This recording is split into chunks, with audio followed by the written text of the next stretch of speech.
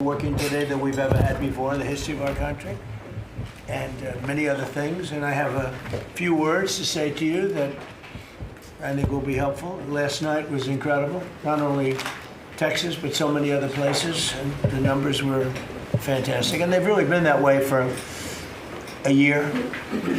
If you look, it's hundreds of people won, and almost nobody didn't win. So, but last night was very powerful.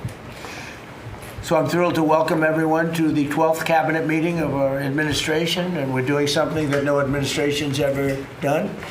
We're always letting the press join us because we're very open and transparent.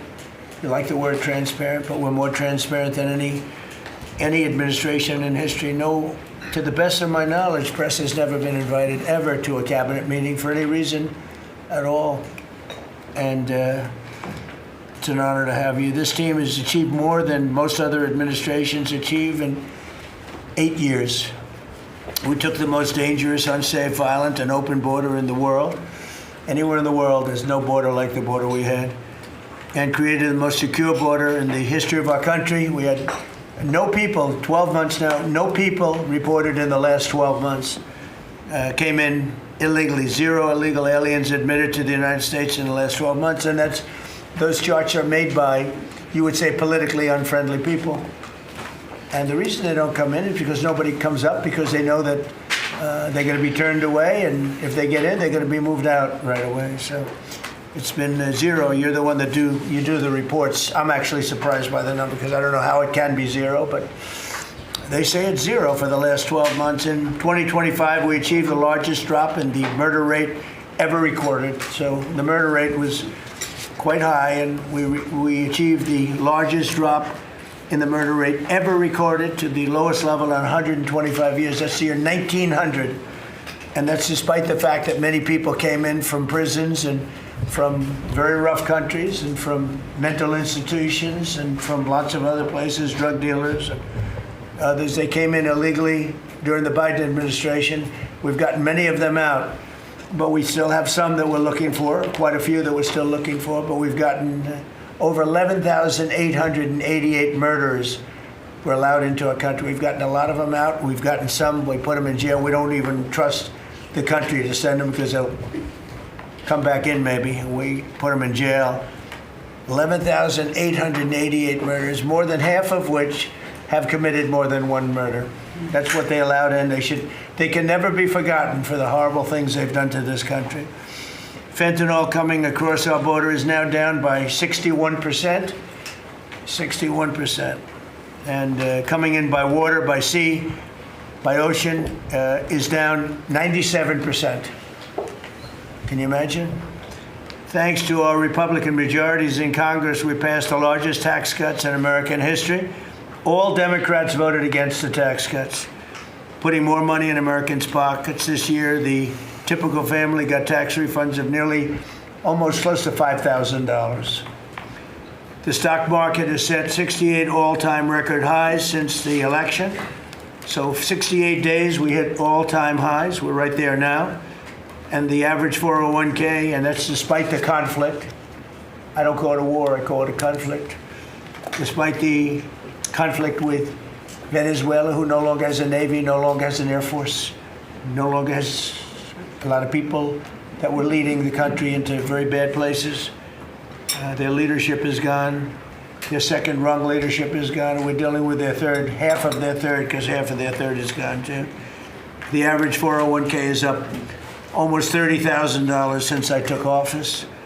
So the Americans are benefiting working today. We have the most working, and we have 401ks at their all-time high, highest they've ever been. And that goes along with the stock market, which is the highest it's ever been. Under my most favored nation agreements, this is something that I wish the media would talk about, because to me it's one of the biggest things ever to happen in our country. Certainly as to medical, anything having to do with medical.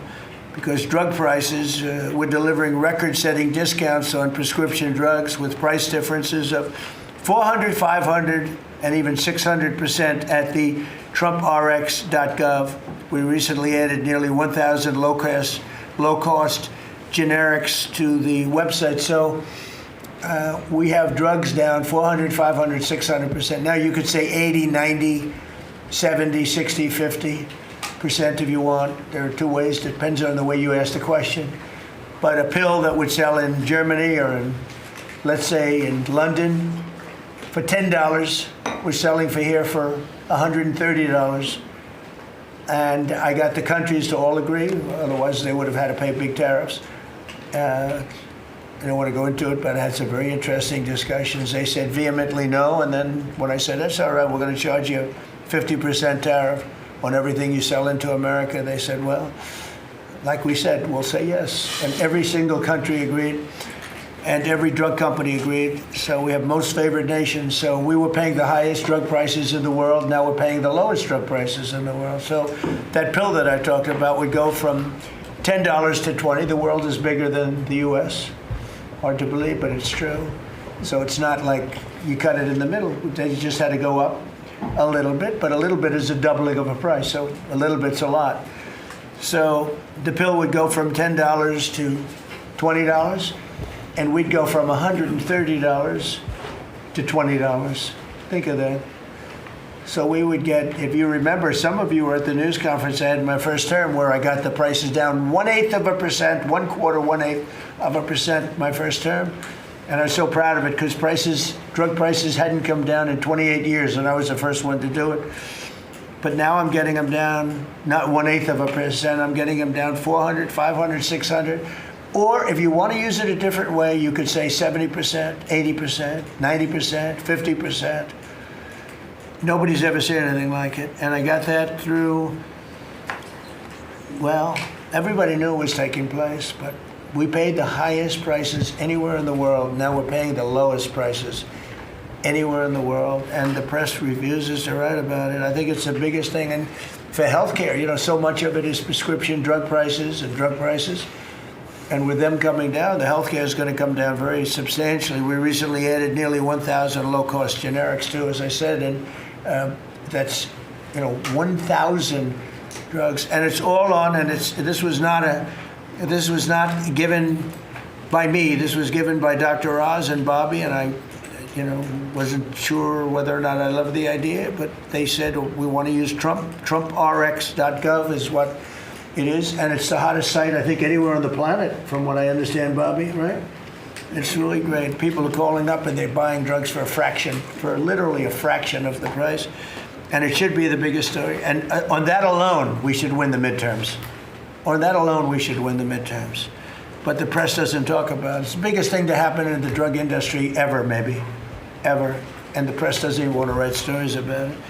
We made the largest ever investment in U.S. military, $1 trillion, and we're asking actually for $1.5 trillion for the coming year. And we have the strongest military anywhere in the world, as you know. You saw what we did with Venezuela. That worked out very quickly. And we're doing really equally as well with, but again, people don't want to write about it, with Iran. Iran is very much intent. They want very much to make a deal. So far, they haven't gotten there. We're not satisfied with it, but we will be. We will be either that or we'll have to just finish the job. But their Navy is gone, as I've said 1,000 times. Their Navy is gone. Their Air Force is gone. Everything's gone, and they're negotiating on fumes. But we'll see what happens. Maybe we have to go back and finish it. Maybe we don't. Right now, I mean, you can speak to Steve Witkoff and Jared. They're doing a good job. But right now, I think it looks like they want to just make a deal. They want to. They have. I don't think they have a choice. They're just going back to the internet because they're getting clobbered. Their economy is in free fall. They have 250% inflation. Their money has no value. Their whole economic system is broken down. They thought they were going to outweight me. We'll outweight him. He's got the midterms. I don't care about the midterms. Look what happened last night. That was the prelude to the midterms. People understand it. They know that. Very simple. Iran cannot have a nuclear weapon. I'm doing that for the world. I'm not doing it just for us. And we've had great support from other nations, by the way. We don't need it at all, but we've had great support from other nations. The problem is you always get the support when you don't need it. When you need it, you don't get the support. With Operation Epic Fury, our warriors are ensuring that the world's number one state sponsor of terror, never obtains a nuclear weapon, and they won't. Under the leadership of Vice President J.D. Vance, very proud of this, the White House Task Force to eliminate fraud is waging war on waste, fraud, theft, and abuse like nobody's ever seen before. He looks like Elliot Ness. Do you ever see Elliot Ness? I'm telling you, the guys are up there, we're all central casting, standing behind. What a group of people. No, it looks like a movie. I'm going to make a movie out of it, I think. And they're finding billions and billions and billions of dollars. And I just said, that's good. He said, you haven't seen anything yet. Just said that. And, if he does really great, we'll have a balanced budget without having to do anything. This is the kind of money they stole. They're crooks. They're thieves. And I hope that Todd is going to do a real job. These are crooked people. These are thieves. This isn't like a mistake. Just talking about one person, he got hundreds of thousands, millions of dollars for securing one man, for taking care of one elderly man. He was a service. He got paid millions of dollars for taking care of one man. Total crook. They're all crooks. The Somalians, what they've done to Minnesota, the Somalians, they're crooked as hell. Ilhan Omar, crooked as hell. They're all crooks. And we got them. We got them. Now we're putting the clamps on, but boy, I tell you, that's an impressive group of guys that you have behind you. I was watching that, and a couple of very strong women, too. But I was watching that last night. I said, I'm proud of you guys. In 2 months, we've exposed tens of billions of dollars of defrauded taxpayer money, prosecuted numerous fraudsters, Todd, and stopped billions of suspicious payments, very suspicious. Oh, you haven't seen anything yet? What do you see? I'm getting reports from Todd, from J.D. I've never seen anything like it. The kind of, just hundreds of billions of dollars was stolen. And no other administration would do what we're doing. Just let it go. Everybody was getting rich. And I think we have a chance to save Social Security without doing anything to it by just the numbers of fraudulent people on Social Security, people that are 115 years old, 125 years old, getting payments. It's funny, I said, oh, do those payments get turned back? No, they accept them. Well, somebody's getting the payment. It's not a person that's 125 years old. But that's the least of it. The numbers that we're finding out, we have great people at Social Security. We're going to make our Social Security so strong, so good that you've never seen anything like it. We're going to protect. I said right from the beginning, we're going to protect our people in Social Security. If the Democrats ever got in, you wouldn't have Social Security would be bankrupt. People wouldn't be getting anything. Last week, they took down 2 of the largest Medicaid fraud cases in Minnesota history, as well as the largest autism fraud case ever charged by the federal government. You saw that with millions of dollars just being stolen. Everybody had autism. Everybody had autism, they said. It was incredible, actually. And I've just seen I see what they're doing. You haven't seen anything yet. So congratulations, JD. Be vicious like they are. They're violent people. They're violent, vicious scum. Before asking Vice President Vance to speak about these efforts, I want to express our tremendous gratitude to our outgoing Director of National Intelligence, Tulsi Gabbard, who's a terrific person, actually.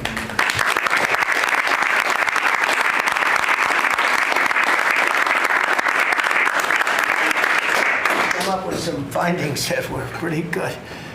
And Tulsi's worked tirelessly to restore trust and focus on the intelligence and with the intelligence community. They all respected her. They listened to her. She gave us leads that were pretty much, people thought they were dead and they weren't dead. They were right there. And she was able to expose a lot of things that we used at the FBI with Cash and with Todd and with JD and everybody else. It was amazing. She dramatically reformed the Office of Director of National Intelligence and cutting the staff by 40%, and she prevented countless terrorists and cartel members from entering the United States. She exposed mountains of evidence related to the Russia hoax, probably the greatest hoax in the history of our country. Although, when you look at the fraud coming out, there's a lot of them. I mean, honestly, there's a lot of them. But the Russia hoax, a great hoax, a very dangerous hoax, too. and revoked security clearances of officials involved, and she declassified numerous historic documents of special public interest, including related to the JFK and RFK assassinations, which everybody wanted to see. And we're now releasing a lot of things having to do with space. It's people are very interested in it. It actually became the number one topic. We're releasing a lot of information having to do with extraterrestrial things, and people are totally fascinated by it. It's amazing. I wasn't sure if they would enjoy it. It's literally trending number one. Can you believe it? So a lot of people out there are like it. But we're releasing all of that information. And Tulsi, we're praying for you and for your husband. Her husband's not feeling great, but he's going to feel great soon. You're going to get him better. Yes, sir. And he's a wonderful guy. So just say hello and thank you for the great work you've done. We appreciate it. Thank you very much. And now I'd like to ask JD to say a few words about the war on fraud, followed by Acting Attorney General Todd Blanche, who's doing fantastically, and Secretary of State Marco Rubio, another one. I mean, we have great people. And the Secretary of War, Pete Hegseth, Central Casting. He loves war. I don't like it. He's a good man, that one. And Scott Bessent, you talk about a guy doing a job. It's been fantastic. Thank you, Scott. Really fantastic. And a lot of the success that we're having with other countries is what you've been able to do and find.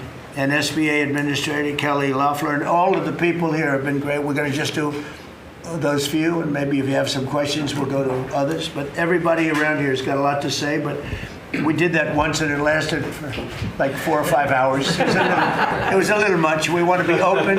So now if I do this way, they'll say, he didn't let anybody talk. But let's start with JD, and you can talk about a really, really important thing, bringing our country back to honesty.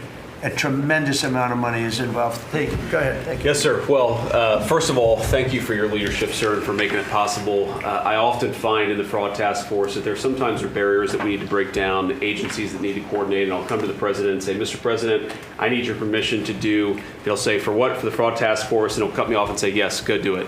So the fact that we have dedicated presidential leadership is really what's made this possible, because it does require we've got great people around the table, but sometimes these agencies don't know how to work together at the lower level, and that's one of the things we've had to turn on and force with the Fraud Task Force. So I want to shout out just a few all-stars here. Linda at the Department of Education has been amazing at finding student loan fraud. You've got people who are either illegal aliens or aren't even actually real human beings who are getting hundreds of millions of dollars from the Department of Education for student loans. We have cut that off. We found a lot. We're going to find a lot more. Scott at HUD has been amazing, because a lot of the fraud that we see is housing fraud, people claiming benefits that they're not entitled to, or again, sir, sometimes completely made up people who exist purely to collect fraudulent money from the American taxpayer. Brooke at the Department of Agriculture, something I had no idea until I started this work, sir, that we send hundreds of billions of dollars to the states to administer the food stamp program. The federal government has no insight into whether those food stamps are going to people who are legally entitled or whether those people actually even exist. And so we're working on a number of mechanisms to actually force the states to verify that the people who receive these benefits are actually entitled to them. And I could go down the list. I've gotten a lot of support from a lot of people in this room. Bobby Kennedy and Dr. Oz have been particular all-stars on this, and Kim at H&HS. What they've done with the Medicaid fraud, we found tens of billions of dollars in Medicaid and Medicare fraud just from their hard work. We've cut that off, and yes, Mr. President, we're going to find a lot more. The final thing I want to say, Mr. President, and I know that Todd maybe has something to say about this as well, but I always try to remind the American people, and certainly remind the cabinet officials. By the way, Kelly at SBA has found tens of billions of dollars that were from fraudulent loans that were giving under the Biden administration, and we've now cut that off and recovered a lot of that money. So this has been a whole of government effort, Mr. President. The team really deserves a great deal of credit here. But the final point I want to make, sir, is I always try to remind the American people that fraud is fundamentally a crime with two victims. The most obvious victim are the American taxpayer. They pay their taxes, they expect the money to go where it should go, and that's not happening because of the fraudsters. But there are also victims, people who benefit from these programs that don't exist, if we're not actually taking care of the fraud issue. And let me just give one example to build on something you said earlier, sir. One of the people that Todd just prosecuted was a person who was collecting a lot of money from the American taxpayer to take care of elderly citizens, people who worked their entire lives, paid their taxes, should have had dignity and nobility in old age, but it was deprived from them from fraudsters who say that they're taking care of them, who collect a check to take care of them, but then abuse and neglect these people. And particularly one man who died because he wasn't getting adequate care, and that guy was still collecting benefits to take care of a person who he had completely neglected. So not only do you have an American taxpayer who's paying into these programs, you have an elderly citizen deprived of his dignity because we're not going after the fraudsters. Well, now we are. How much money did he get? Sir, hundreds of thousands of dollars, maybe more than that, but we think that that exact type of fraud has been replayed all over our country. That particular case was outside of Minneapolis. We expect that there are tens of thousands of people who are collecting fraudulent money to take care of people, and they're not actually taking care of them. We're, of course, going to get to the root of as much of it as we can. But again, sir, it's been, I wouldn't say fun, because you find out how much people have been taken advantage of, but it's certainly very good and valuable work. So thank you for giving me the opportunity to do it. Well, thank you very much. Yes, sir. Attorney General, please. I'll just to continue to talk about what the Vice President was just talking about. The way that we are actually, it's one thing to uncover fraud, which we've done, and that's part of it, but it's also prosecuting the bad guys that are doing it and stopping it from continuing. And that's where you have, everybody in this room has inspector generals. And for many years, these really hardworking law enforcement members would identify fraud, and nobody did anything about it. DOJ prosecuted it, but spent a very little resources on that. So what we've done just in the past 51 days, over 400 law enforcement actions in this country related to major fraud. That's search warrants, that's arrests, that's convictions, that's indictments that are filed, and that's just 51 days. And it's not just the great prosecutors. It's the FBI agents, it's DHS and HSI agents. It's everybody in this room that has inspector generals that are now they have been freed up, and it's because of you. It's because of the Vice President saying this is going to be a priority of what we are going to do. Not just the Department of Justice, even though we're the prosecutors that are putting bad guys in jail. It's also the law enforcement at every agency, FBI and DHS. And so we're already seeing results. We had a $1 billion fraud, a conviction at trial last week out of Florida. And this was an organization that was stealing from senior citizens in Florida, duping them. There were call centers set up in the Philippines, and they were duping them to buy medical equipment that they didn't need, that they would never get, and that the taxpayers paid for. And so that's a good win. We arrested 15 guys in Minnesota last week. The Vice President mentioned one of them. These are people that are not, they're just stealing, and many of them are here illegally. And so you have people who are in this country illegally who are then taking advantage, and the Vice President says something a lot that resonates with me. The generosity of the American people, the generosity of everybody in this room, the leadership, to take care of the people in this country that are the most, that deserve it the most. Children who are supposed to get food at school, and you have men just stealing, taking that money. And so that's what we're focused on. We are standing up, as you know, Mr. President, you allowed us to stand up a new division at the Department of Justice. It's our entire existence of that division is to combat what we're talking about. And then every U.S. Attorney's Office is now focused on it as well. So this is something that will result in a better place for every citizen in this country and save money, a lot of money, and also it's the right thing to do for our tax dollars, Mr. President. And billions of dollars was given out just very quickly before Biden left office. Billions and billions were given out. And I mean, I know of many cases, but one, I don't know what's happened with it, but I think you're looking at it. I know Lee was involved in it environmentally. Stacey Abrams was given $2 billion for an account that had $103 in it, an environmental fraud, I guess. And she had $103 in this newly opened account. And before leaving business, they put $2 billion into the account. And they had no reason for existence. They were unable to say what they did with it. $2 billion. Lee, do you want to just mention something about that? Well, thanks to your leadership, Mr. President, that was canceled. And they no longer have access to that $2 billion. They fought like hell. They wanted that money.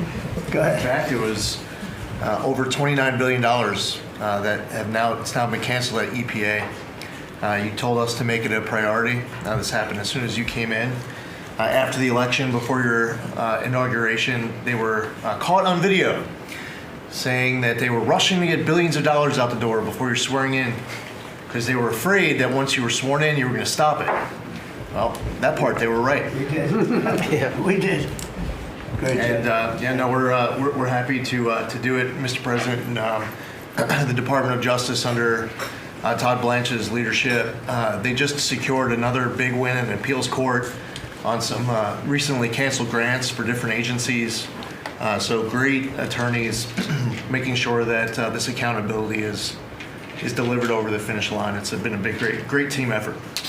And we're building more, most importantly, we're building more factories and plants in the United States now than at any time ever before. $18 trillion coming in. That's not including the 12th month, that's 11. And I say it often that the Biden administration had much less than 1 trillion, and we have 18 trillion. And when those final numbers come up, they'll be even higher than that. That's a record in the history of the world. No country's ever done that. And that money's going into plants, and you are giving them very fast approvals, thorough and environmentally correct, but fast approvals, and you're doing a fantastic job. Thank you very much. Another man doing a fantastic job, I think we all agree, is Marco. You're all over the place, right? I watched you last night at 3 different locations.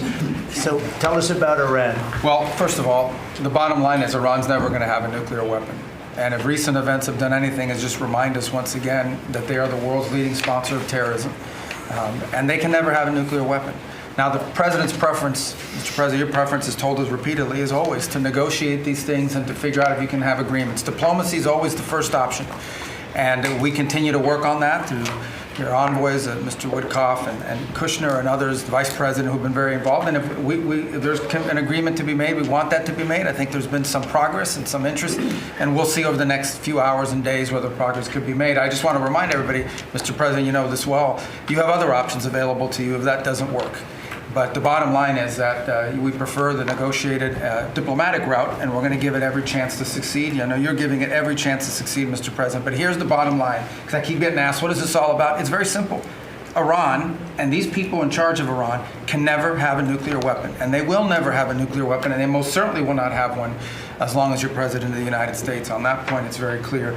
Just 2 quick things I want to touch upon. One, you touched upon the border and security. Part of securing our border is dealing with the people that are in this country unlawfully, many of whom do not want to go back to the country that they originally came from for a variety of reasons. Either we can't send them there or some judge ties us up. And one of the key things we have achieved is now 20 countries have signed third country national agreements, meaning these are safe countries where individuals who refuse to go back to their country of origin can be sent to that country instead. We've gotten 20 countries now around the world who have signed agreements that allow us to deport people to those places. What often happens when you go to the person who's here unlawfully and say, we're going to send you to this third country, is all of a sudden they decide they'd rather go back to their home country instead. So it gives the ability to enforce our laws, and we work very closely with the Department of Homeland Security on that front. Something else that I know is concerning people, because it's on the news, is Ebola. Our number one obligation, we're involved in foreign policy, but even our foreign policy, the number one priority of our foreign policy is to protect the American people. We cannot and will not allow any cases of Ebola to enter the United States. And so the State Department and other agencies represented here, the Centers for Disease Control, HHS, others, are working very, very hard to contain this crisis to the countries where it's currently located, particularly the Democratic Republic of the Congo. And so we've surged assistance to make sure that is being contained there. And obviously, multiple agencies involved here are also very involved in tracking people, just to make sure that nobody comes into this country that has Ebola and creates a problem for us. And we feel like we've got good efforts in place to do that, and Americans should feel assured that the President and his administration is doing everything we can to protect them on that front. My last point, said I was all over the place. One of the places I stopped in last night was to initial the Trump Route for Prosperity in Armenia. This is a key linchpin of the peace deal that you were able to achieve between Armenia and Azerbaijan. And in addition to that, we also signed a critical minerals MOU with them and a strategic engagement one as well. So just a reminder of another war you helped to settle, Mr. President. But from that has now we are seeing the emergence of a great new relationship with Armenia that really had grown stagnant for a very long period of time. So we're doing well on that front as well. Thank you. And could I just ask you, Cuba and Venezuela, what's going on there? Well, interesting. On Venezuela, that process continues, that three-phase process, of obviously stabilization, recovery, and transition. I would just say, just since January 3rd of this year, okay, and I think this number's right, and Chris or Doug can correct me on this, but I think over 10 million barrels of Venezuelan oil have been delivered to the United States since the 3rd of January. That industry is being professionalized for the first time ever. It's going to the benefit of the Venezuelan people. They are selling oil in the market at market rates. The money's going to an account in the United States, controlled and monitored by Treasury, audited by KPMG, and it's for the first time ever the money's not being stolen. It's going to the benefit of the Venezuelan people. Cuba's in a lot of trouble because, unfortunately for them, it's run by a bunch of incompetent communists. And being communist is bad. Being an incompetent communist is like the worst. And but the country's been taken over by this company called Gaesa that basically controls 70% of the economy. None of the money in that company goes to help the Cuban people. None of it. So we'll be talking to them. We'll be working on it. We want something good for the Cuban people, and hopefully there'll be a good outcome there for them. There needs to be. It's 90 miles from our shores, and having a failed state 90 miles from our shores is a threat to the national security of the United States. So we're producing right now more oil by double than Russia and Saudi Arabia combined. There's never been anything like that. We don't need oil, we don't need the Straits, we don't need anything, but we have more oil now being produced by 2 times than Russia and Saudi Arabia combined. It's a great stat. Do you want to say something about that? Well, I would, President Trump, under your leadership, we've opened up lease sales on public land. This is land that was put away for the benefit and the use of the American people, like the Strategic Petroleum Reserve in Alaska. The Biden administration had illegally stopped holding lease sales during their administration. President Trump famously said, drill, baby, drill, but before you can drill, you've got to open public lands. Between the lease sales that have happened in the Permian, in the Bakken, and on the North Slope, just since January of this year, it's over $4 billion of revenue has come into the Treasury. That's 13 times more than the Biden administration brought in on lease sales in the entire 4 years they're in office. Sir, your policies brought that in 5 months. So with that, a lot of excitement, a lot of activity. We also inherited just in one district in Carlsbad, New Mexico, 5,600 unprocessed applications to drill for oil and gas on public land. And when we're drilling on public land, those companies pay a royalty, and that money comes to all of our citizens, and it goes to local school districts, and it goes to states. It is the core of the economy in parts of our country. The team down there working for the Department of Interior, Bureau of Land Management, has dropped that by 91%. It's one of the reasons why they had a record lease sale. It's because now people go, I can bid on federal land and I'm going to get a permit to drill, and it's not going to take me 5 years to get it. I'm going to get it in a month or less. And so it's exciting to see your vision. And of course, with this energy dominance, us, as you just noted, largest oil producer in the world, largest natural gas producer in the world, largest natural gas exporter.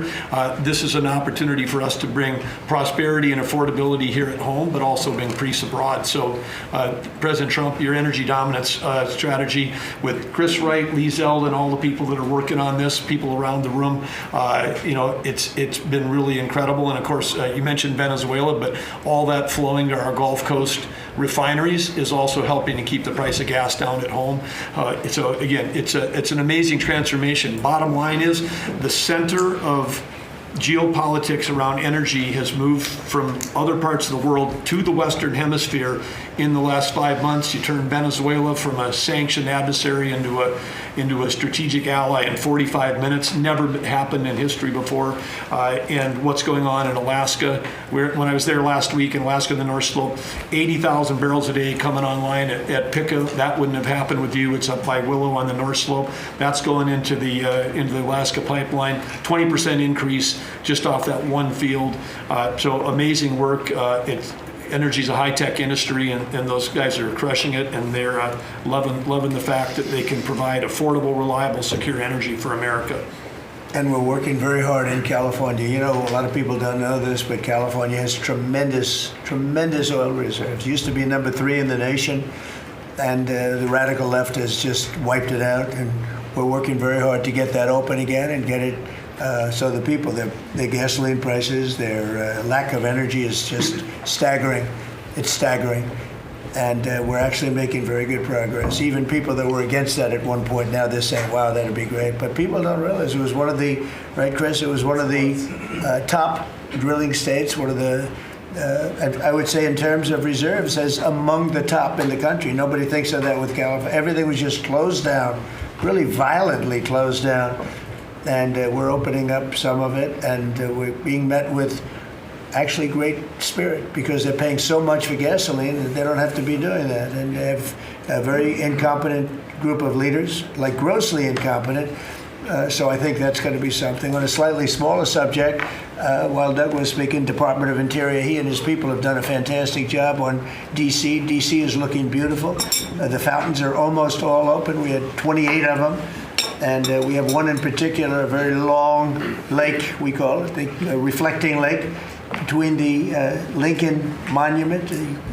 Nobody's ever seen anything like it. You take a look at, between Lincoln and Washington, you have the longest, like 2,400 feet long. That's longer than the tallest building in the world if you set it on its side. And it's almost 200 feet wide. And actually it was built in 1922, and from 1922 on, it really never worked. It always leaked, and it was a problem, and a lot of things. And hundreds of millions was spent. The Biden administration and the Obama administration spent hundreds of millions of dollars trying to get it to work, and they failed.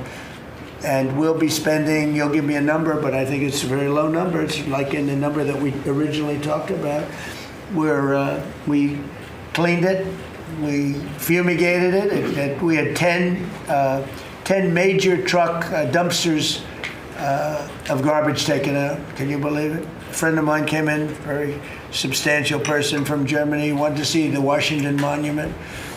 I wanted to see the Lincoln Memorial. And he said, I look, but that horrible reflecting pond is disgusting. It's filthy, dirty, and disgusting. I said, really? I drove down. I said, Secret Service, let's take a drive. And we went down. I said, that's terrible. And for the most part, it didn't work. I mean, they wouldn't even have water in there. But when they did, it was just dirty, filthy water that leaked out. And we got to work on it. And it was supposed to cost almost $400 million, because it's like putting the skin on a skyscraper, but bigger, much bigger. Many skyscrapers, you could almost say, other than for the world's tallest. Think of it, the world's tallest skyscraper is shorter than 2,400 feet. So we went to work, and over the years I built hundreds of pools. I build them every time I built a building. I always like to build Olympic-sized swimming pools, and I was very aware of swimming pool, what goes into making a swimming pool. It's not as simple as people think. You never want it to leak. You want to have beautiful surface. I said, you know, I have an idea, Doug. We sat down. I said, let's take that long thing where we're going to fix it with concrete, which leaks, concrete, all sorts of other materials that all leak and don't look good. They're gray. And, you know, swimming pool, I have a swimming pool right up the road. I built it 22 years ago. It's perfect. I said, does it ever leak? No. It's perfect. Good contractors.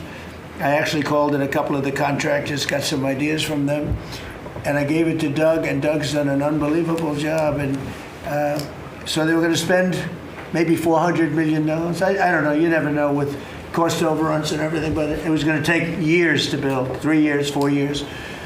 And we'll have it done before July 4th, substantially before July 4th.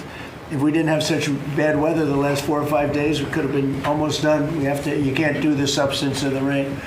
And what they did is they cleaned it. They took out, as I said, more than 10 dumpsters of garbage, shovels. It was disgusting.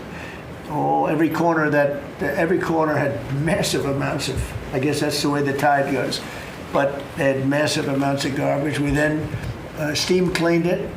We then sandblasted it, and then we pebble blasted it. It's a bigger version of sand. We made the surface as good as it can be, and we're now covering it with the most beautiful blue very thick. You think of it as a very sophisticated form of rubber. No leaks, no problems, and it's beautiful. It's called American Flag Blue. That was the color we chose. And we are probably 70% finished with it. It's going to be finished. The hard part's done. And then we decided to do much more than we when I thought I was just going to do the surface, but we said the problem is the outer ring looks pretty bad too, where you walk on. So we sandblasted that. This is all additional work. We didn't want to do, when you do something like this, when you do the one, you think the other looked okay, but then when the other, you see the new surface, the old stuff that looked okay looks really bad. So we cleaned that, sandblasted it. The walkways, all of it. It's a tremendous amount of area. It's thousands of feet long, very wide. This is where the people stand, not the water part, the dry part.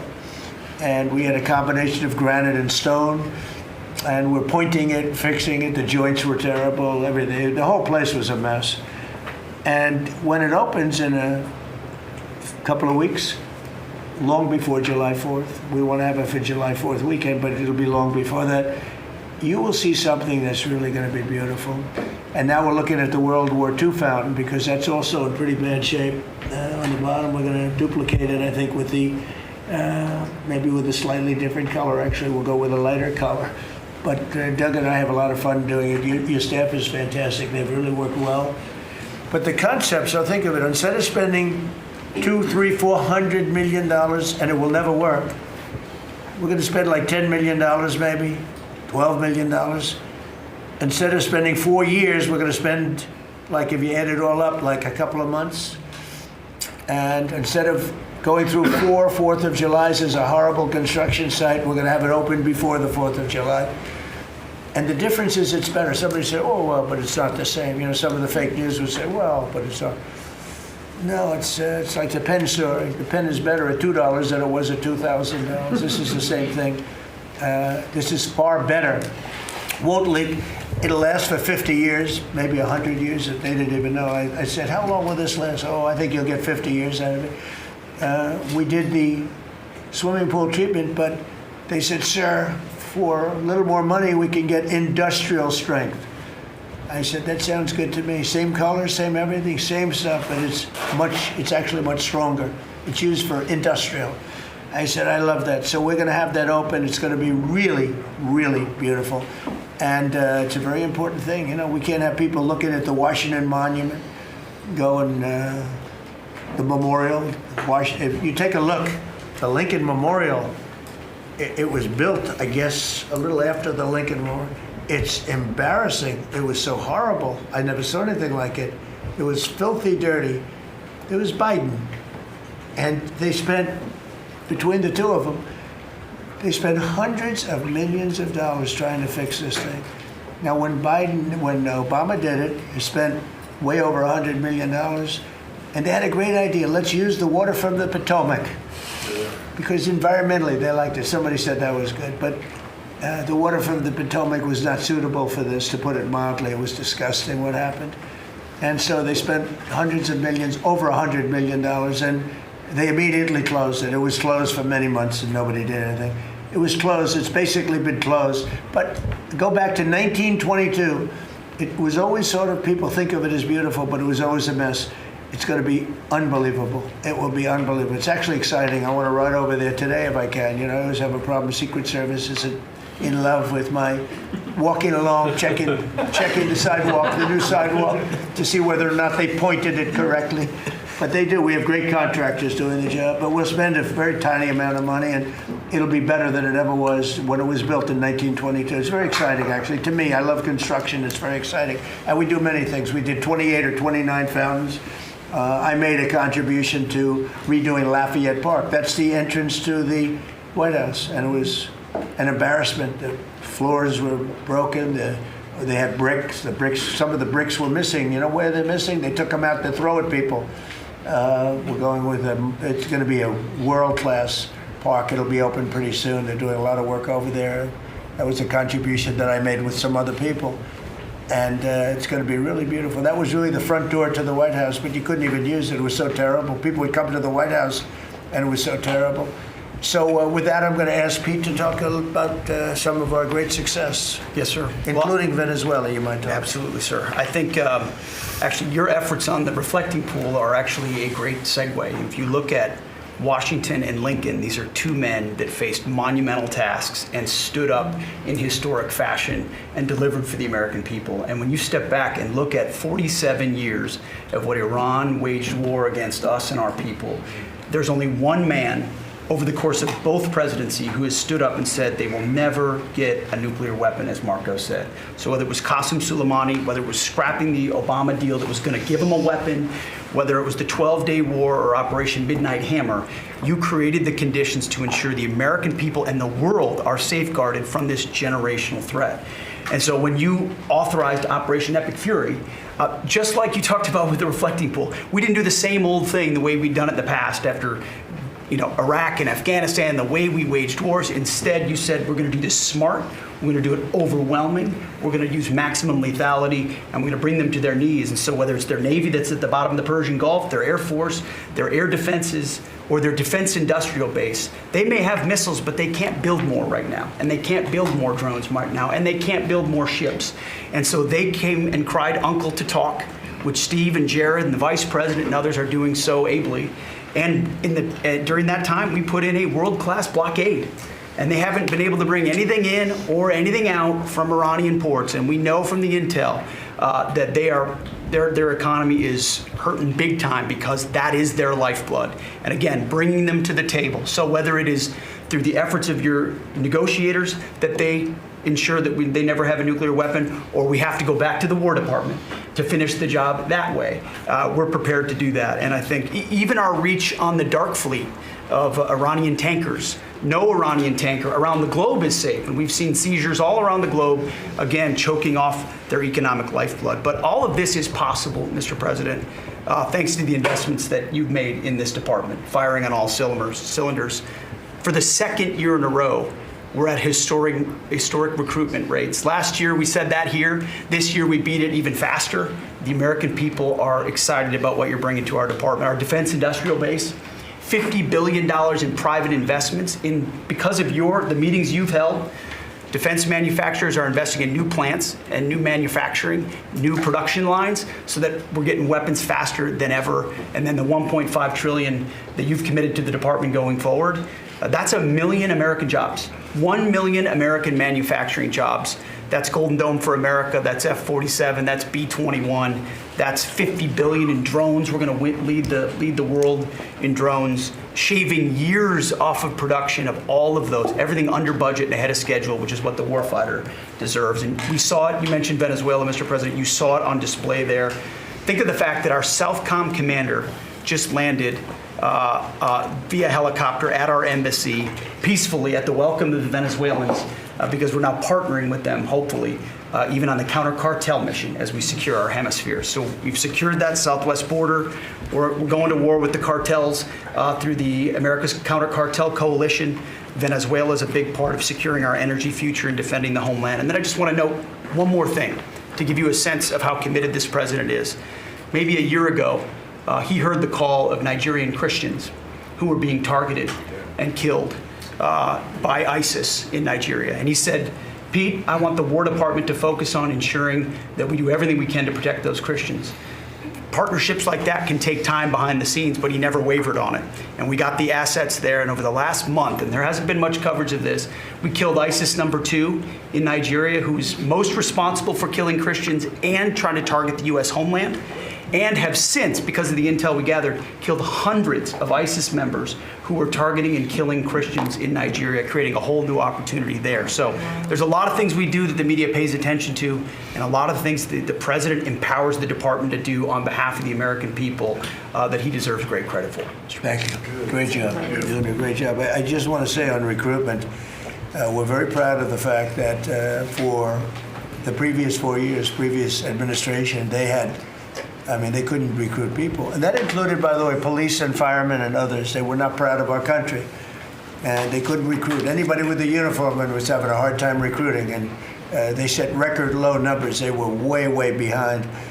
And literally from November 5th it started. It started even before we got going. But from the time we won the election to now, we've had numbers of recruitment, the likes of which we've never had. Record recruitment in every single branch, and that includes police and firemen. Record recruitment, so we're very proud of that. Thank you. Great job. Thank you, sir. Kelly, please. Mr. President, you have made us a nation of builders again. You're leading us to the greatest economy that the world has ever known. And I see that every week as I travel this country, main streets across dozens of states, from Alaska to Maine. I've been in many of those states 2 or 3 times. I hear it everywhere I go. Please thank the president for putting us back on track. They thank you, they love you, they want more of what we're doing, tax cuts, deregulation, fair trade, energy dominance. Small businesses are spring-loaded, and we see that in the jobs numbers. In the last 2 months alone, we've created over 300,000 private sector jobs in this country. Most jobs are created by small businesses, 2 out of 3. And small businesses, as you know, make up 99% of all businesses in this country and account for half of our GDP. So when that part of the economy is finally working again, they've gotten out from $5 trillion of regulation that the Biden administration put on hardworking small businesses. They penalized growth, investment, hard work, and success. But thanks to the working family tax cuts that every single Democrat voted against, hardworking families, the welders, the waitresses that I meet on factory floors across this country, from Pennsylvania to New Mexico, where I'll be tomorrow. Brooke and I are going to Arizona tonight. So we see this everywhere we go. It's one of the most underreported stories in the media. Main Street is back, and that's because America first. I'll tell you the other thing about fraud. Small businesses are particularly hurt by the fraud because they're some of our biggest taxpayers in the country. And they show up every day. They work hard to provide for their employees, to build their businesses. They're doing it the honest way. And they see fraudsters taking from the American people. It's taxpayer money. And so you think about, at the SBA, we found $200 billion in fraudulent PPP loans that the Biden administration tried to hide and forgive and sweep under the rug. We've turned the first $22 billion of that over to Treasury for collections and to DOJ for prosecution. Our Inspector General is already announcing that people are going to jail. There are jail sentences now being served. We've announced that 140,000 people have been barred from ever getting SBA loans again, defrauding the government for about $9 billion. So we are going to continue our work under the great leadership of Vice President Vance and appreciate the partnership because it's really accelerated our ability to get the job done. But then just back to small businesses. We have record business formation in this country. That's another story that the media won't tell you. Over 500,000 businesses on average a month this year. So it's not just record people working, strong job creation, business formation at all-time records in this country, but we have manufacturing expansion 4 consecutive months. That means that's a leading indicator, meaning that we have expansion coming. Another story the media won't tell you, 98% of all manufacturers are small businesses. 75% of our defense industrial base is small business. They're our main exporters. And so America first, free trade, fair trade, deregulation, tax cuts, and energy dominance is helping workers on Main Street, and that's why they tell you to tell me to tell you, Mr. President, thank you, and they love you. Well, thank you very much. Great job. Thank you, Kelly. And I just say, we went to China last week. We had an amazing meeting with President Xi. The relationship's very good. We're doing a lot of business with China now, but it's not where they were ripping us off. For years and years, they ripped us off like nobody ever got ripped off. Now it's a very profitable business that we do with China. And they respect our country again. We have the strongest military in the world by far. They respect our country again. Scott, please. Sir, on the economy, 2 words, resilience and prosperity. The continued resilience of the economy speaks for itself, even during the Iran conflict, and it speaks to the strength of your leadership. Pro-growth policies are creating conditions for American families and businesses to prosper. We're entering the second half of our 250th anniversary year with renewed optimism and momentum. It has never been a better time to be an American, and as you said earlier, we have a record number of Americans working. The economy that you are building is not only strong, but secure and resilient and better positioned to compete globally. Real GDP has risen 2.7% over the past 4 quarters, something that many economists said couldn't be done. In the first quarter of 2026, despite the Iran conflict, GDP grew at a 2% annual rate. The Atlanta Fed GDP now is predicting 4.3% for this quarter. In terms of prices, I believe the prices are transitory. Oil will be lower than pre-conflict levels when this ends. Natural gas is already down, as you mentioned. Drug and pharmaceutical prices, they are plummeting, and rent is down. We are more resilient to energy price fluctuations due to your energy dominance agenda, to regulatory efforts, and we have never sold so much energy to the rest of the world. Business investment rose at a 10.4% annual rate in the first quarter. Capital expenditures and business equipment rose more than 17%, and that is as a result of the tax bill and tariffs. Jobs related to commercial construction, factory construction, are up 90,000 since your inauguration. In the past 2 months, the private sector, as Kelly said, has added 313,000 new jobs. And those are private sector jobs, sir, including 13,000 manufacturing jobs. We have construction jobs.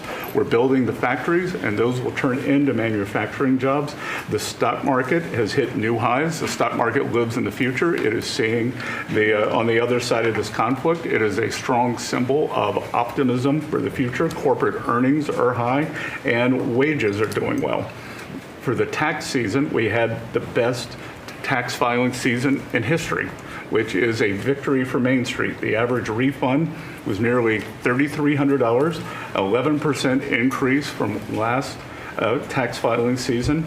And importantly, 62 million returns had one of your 4 signature policies: no tax on tips, no tax on overtime. They reduced taxes. 85% of our seniors paid no taxes on Social Security, and the deductibility of auto loans for American-made cars. For what I believe is the most important government benefit for young people since the GI Bill, the Trump accounts. The app will be available on all major platforms tomorrow morning, and it will place the American dreams into the palms of the hands of parents and children. Nearly 6 million kids have been signed up for Trump accounts, and they will launch on July 4th, and it will be a great symbol of the 250th anniversary. Main Street prosperity, workers have seen positive wage gains. The unemployment rate remains low at 4.3%, and private sector job growth is strong. So just to reiterate, resilience and prosperity have been the marks of your second term. It's been great. It's been amazing, actually. Any questions? Mr. President, thank you, Mr. President. Iris Tao with NTV Sister Media with the Epoch Times. You've done a lot to clean up DC and fight crimes here. And as a lot of Americans and people from all around the world are coming to the nation's capital ahead of the major 250th birthday events here, how important is it for you to really keep delivering on these results? But also, what does it mean for America's identity on the national and international stage? So I'm very proud of DC because when we came here, a little more than a year ago, it was a very dangerous place, and now it's a very safe place. It's been incredible what's happened. As you see the crime numbers, we had restaurants closing up, and nobody wanted to go to a restaurant. They were afraid to walk to work. It was a very, very dangerous place, very unsafe, and now it's a very safe place. We brought in the National Guard. We worked with Cash and the FBI, and Janine is doing fantastically, and Todd, and everybody. And it's now a very safe city, and people are pouring in, and you see the grass is all beautiful. We put a lot of new grass in because, you know, like people, grass has a life too. And this grass, it was about a long time. But the waterfalls we talked about and the fountains are, most of them are in the final stages or fixed. People are writing me letters. People are talking about it. We have some of the most beautiful fountains in the world, and there wasn't one, not one, that worked. We had 29. Out of the 29, not one was worked, in addition to the reflecting pool, which is even, you know, that was the big one of them all, but that was a disaster. So with all of that, and this place is looking beautiful. I rode through it yesterday, where the fences are down. The homeless aren't staying here any longer. We're helping them out, but we're not, we just can't have them in the nation's capital. And when foreign dignitaries come in, they're saying, the first thing they say to me, this place has really changed. They saw that it was going down. Our whole country was going down, just like D.C. was going down. And as you know, the restaurants were closing up. There weren't very many restaurants, and now they're opening up. You can't get a space. And everyone's going out to dinner and they're safe. And we have the national security and we have the National Guard, and we're going to keep them. I want to, by the way, just in case I mentioned, keep them. And don't lower the number either. Absolutely. Somebody said, oh, are there less? I said, I hope not, but don't lower the number if you don't mind, okay? We're going to surge this summer, too. Yeah. They look great. You know what? They give people... We took out 5,000 criminals, hardcore criminals. By the way, 90% of the crime is calculated. They count 2% of the people do 90% of the crime. That's a great number. Because when you get rid of 2%, 2% you can get rid of. 90% you can't get rid of, 2%. So 2% create 90% of the crime, 91% actually, to be exact. And we moved 5,000 people, Todd, out of here. These are career criminals. Many of them came over from the last administration through the open border, the ridiculous open border, no vetting, nobody knew who they were. They came out of prisons, they're drug dealers, there were people from mental institutions. And Washington, D.C. is now a safe and beautiful place. And it's only going to get more beautiful. Yeah, please. President Trump, thank you so much for having us in here today. What are your thoughts? Why do you think that Joe Biden is trying to sue the Department of Justice, former President Joe Biden, to have his tapes that he did interviews on blocked from the American people hearing them? Do you think that he's trying to hide something? And maybe Acting Attorney General Todd Blanche could comment on if they will countersue and release those tapes to the American public. Are you talking about it with respect to his book? With respect to his memoirs. memoirs. I'd like to see it. I don't know. Maybe there's some constitutional reason. I don't know. I would like to see what he has to say, because we can never allow what happened to this country to happen. The man was grossly incompetent, and the Democrats, I call them the Democrats because the policy is so bad, but they came very close to destroying our country. We can never let it happen again, and I hope that you're able to produce that. I think it would be a very interesting reading for people. On the Strait of Hormuz, Mr. President, Iran wants control of the Strait of Hormuz. Would you accept a short-term deal that allows Iran and Oman to control the strait? And would they have to open it immediately, or would you be open to that happening over a period of time? No, the strait's going to be open to everybody. And who would control it? It's international waters. Nobody's going to control it. We're going to watch over it. We'll watch over it, but nobody's going to control it. That's part of the negotiation that we have. They would like to control it. Nobody's going to control it. It's international waters, and Oman will behave just like everybody else, so we'll have to blow them up. They understand that. They'll be fine. Mr. President, thank you. How much economic pressure do you feel to get the Strait of Hormuz open? Well, you have to say, the United States has so much oil that we are an exporter of oil. So we have plenty of oil. We're very lucky. We're blessed with the greatest piece of land in the world from that standpoint, and we have more than anybody else. And now when you add Venezuela to it, we have, I think, 64% of the world's oil.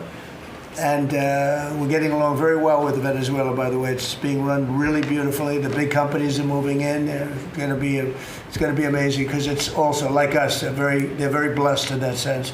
But we have natural energy that no other country has. We have more than anybody else. So it's really a world problem, because most of the world doesn't have that. And we're making it available. During the closing, I don't know if you've seen some of the satellite pictures, boats, hundreds of boats lined up. It looks like, I used to say, the Long Island Expressway with cars. They're lined up, and they're coming to Texas, Louisiana, they're coming to Alaska to fill up their boat. They're big boat. Some of them are really big, 2 billion gallons. Even bigger than that now they make them. They make them up to 4, Chris, I hear. Now they make them up to 4. The 4 are now the big ones. Used to be the 1s. Now it's 4 million barrels of, think of that, 4 million barrels of oil in one boat. But they're lined up, and they're right now heading to Texas, and they've already filled up, and they've gone back. In addition to that, you have a lot of boats. You have about 1,400, 1,500 boats in the strait wanting to get out, and at the right time we'll release them. But the American people, sir, are seeing higher gas prices. Yeah, Now, it's they come are. down a little bit, but it's still $4.45. Oh, it'll come down a lot. It'll come down to where it was before. We had it when I was in Iowa. We had we're driving by and we saw gas stations, $1.90 a gallon, $1.85, $1.87 were the three that we saw. We had it down in some places below. Now we can't help but California where they charge so much tax that you lower it and they charge tax. They've got to straighten the act out in California, but we had gasoline down to a very low number. I think we'll be hitting that number shortly after that whole excursion ends. Does that give you more urgency? But regardless of anything, as Marco said better than anybody can say it, you can't let them have a nuclear weapon. They would use it instantly. They wouldn't think about it. They would use it instantly. I've gotten to know them. They would use it instantly. Does that give you more urgency, Mr. President? You've said that you're in no rush to make a deal, but with gas prices that are still high across the country, people are paying more for travel. Does that give you more urgency to make a deal? Why doesn't it? Well, I'll tell you the primary urgency, if I said this, it wasn't covered properly, but the primary urgency is that we can't let Iran have a nuclear weapon. But at the same time, we have a tremendous amount of oil, gas, coal. We have tremendous amounts of energy. We're blessed with something very special.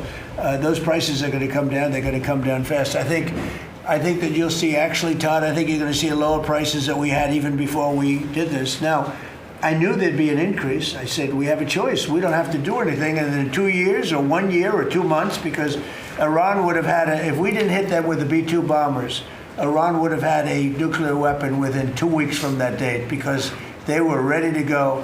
And if they had a nuclear weapon, it would have been used already. It also would have been used had I not terminated the Obama deal, the Iran nuclear deal, as we call it. That was in my first term. Had I not terminated that, they would have had a nuclear weapon a long time ago. I would say it was a guarantee that it would have been used. And it would have blown up Israel. It would have blown up the entire Middle East. And that's never going to happen. Yeah, please. Mr. President, on the shooting on last Iran, weekend. would you be comfortable with Russia or China taking their stockpile of highly enriched uranium, and have they offered to do that? No, I wouldn't be comfortable. Mr. President, That would not make me comfortable. is the U.S. considering easing sanctions on Iran to allow Iran to sell its crude to market? No, we're not talking about any easing of sanctions or giving money. No sanctions, no money, no nothing. We have control of money that they claim is theirs. We'll keep control of that money. And when they behave properly and when they do what's right, we'll let them have their money. But right now, we're not doing that. And it's not, one thing is not contingent on the other. Mr. President, on the shooting last weekend, it came barely a month after the third assassination attempt against you during the White House Correspondents' Dinner.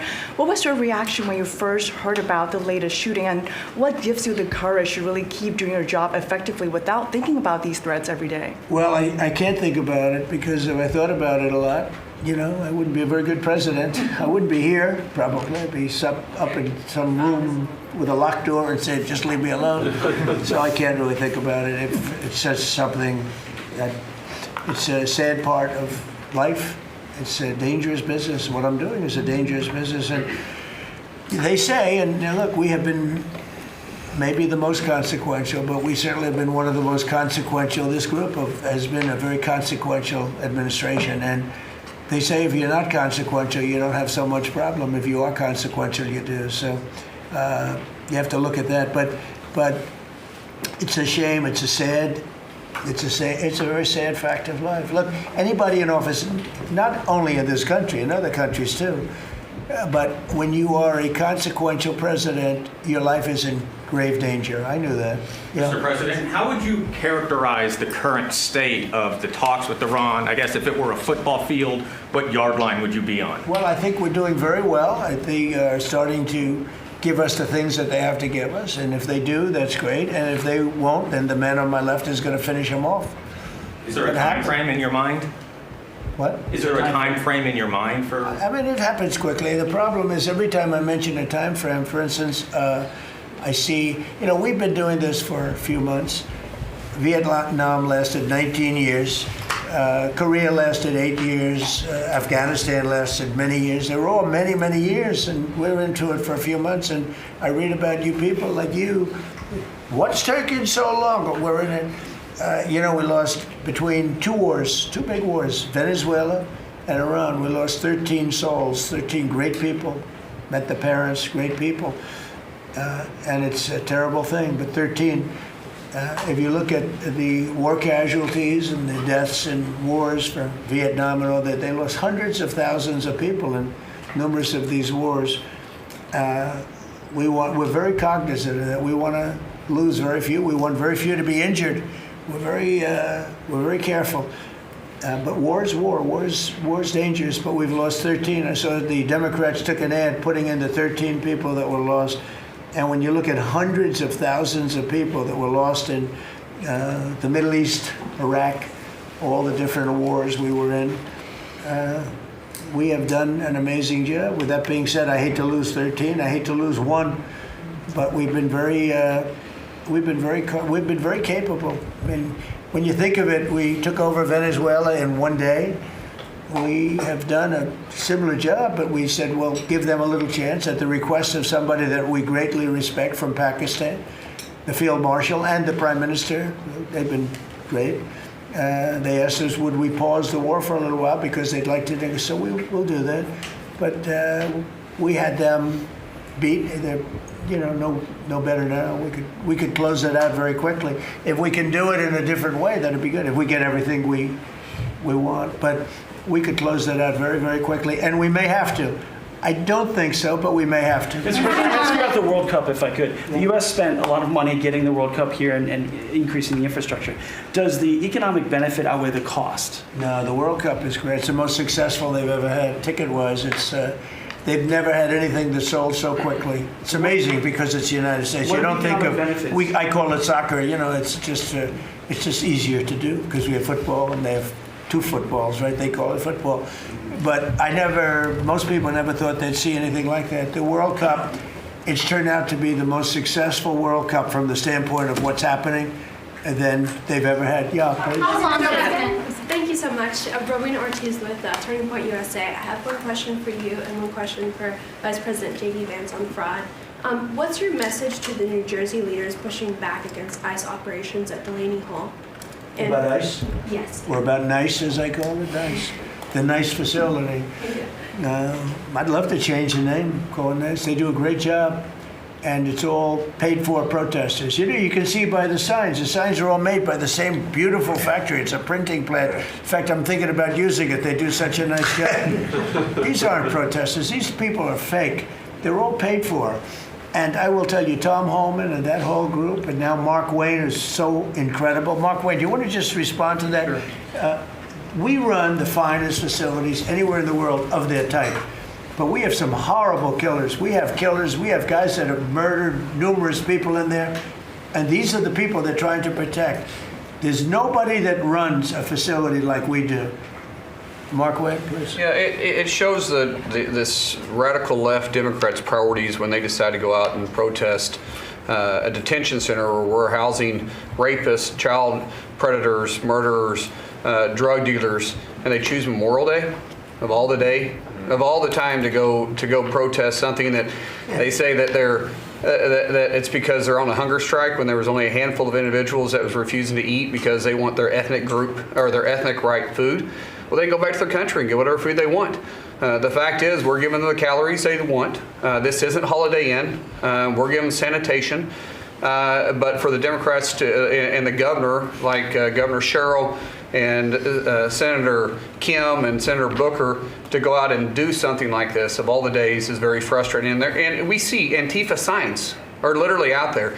The local police literally refusing to respond.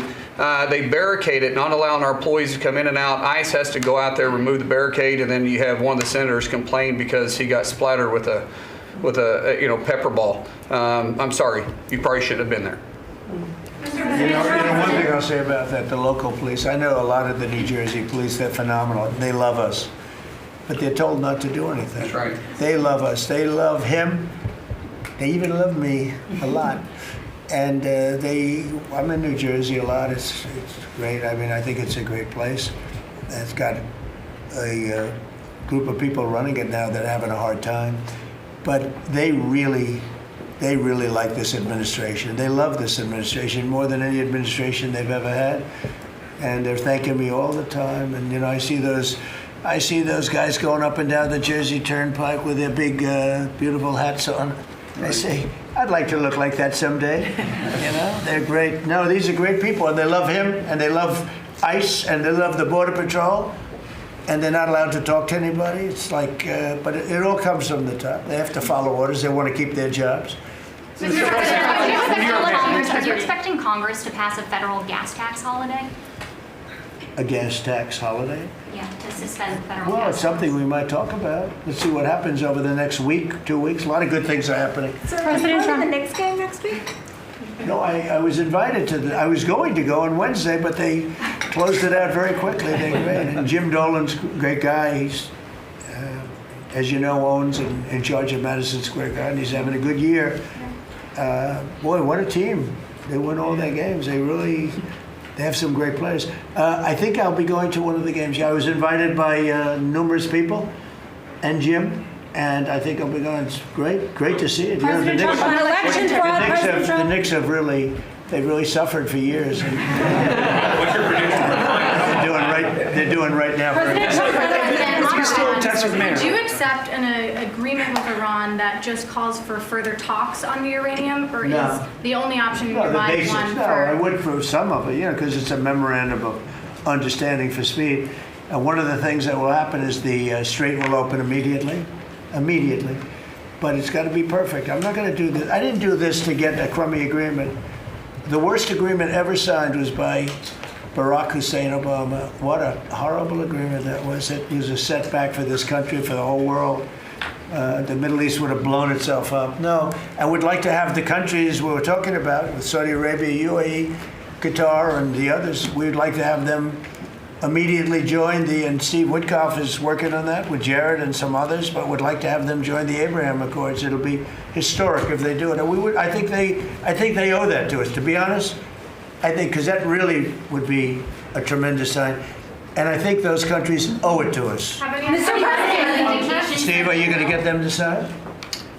We're definitely pushing it, Mr. President. I'm not sure we should make the deal if they don't sign. You want to know the truth? If they don't sign to join the Abraham Accords, I don't know that we have countries in there already. UAE, great countries, bold countries, and it's turned out to be so good, so effective, and so we're requesting strongly that they join. It'll be great. It'll be great for Saudi Arabia. It'll be great for Qatar and Kuwait, the whole group. so the Iran deal might be contingent on more countries joining the I don't know. accords. I don't want to say that. I'm not going to give you, what's contingent, what's not. I can say that we can make a good deal right now, but maybe not a great deal. And if it's not a great deal, we're not making it. So, because we can make a great deal with this guy right here, and but it's it's a lot nastier. Probably wouldn't go as quickly. We wouldn't be talking about it as quickly, but it would be foolproof. But I think we're doing very well, Steve. I think we're doing pretty well in terms of the negotiation, but we'll see. If it's not going to be a real deal, because Obama had that horrible JCPOA, whatever it was the worst deal. It was a path for Iran to have a nuclear weapon very quickly. Years ago, they would have had a nuclear weapon. We might not be here talking about it right now. They would have had a nuclear weapon. And frankly, Obama picked the wrong country. He should have picked another country. I won't tell you what it was. But he picked the wrong country when he picked Iran. But we have things understood now with Iran. It's been nasty. They've lost their leaders. They've lost. And it really is regime change. We didn't set out for regime change. But by the fact that we're dealing with a totally different group of people than we were at the beginning. And frankly, I find them to be much more reasonable. I actually find them to be smarter, but I find them to be much more reasonable. This is regime change. One regime is gone, another regime is gone, we're dealing with the third. Pieces of it, because some of them are gone too. And I find them, I think, how can you have a stronger regime change than that, So I do find that. I'd like to thank you all very much. We're doing great. Our country is doing fantastically well, and this group of people is outstanding. Thank you all very much. update on your health, Mr. President. Thank you, Mr. President. Thank you. Thank you very much. Thank you. Thank you. Thank you, Stress.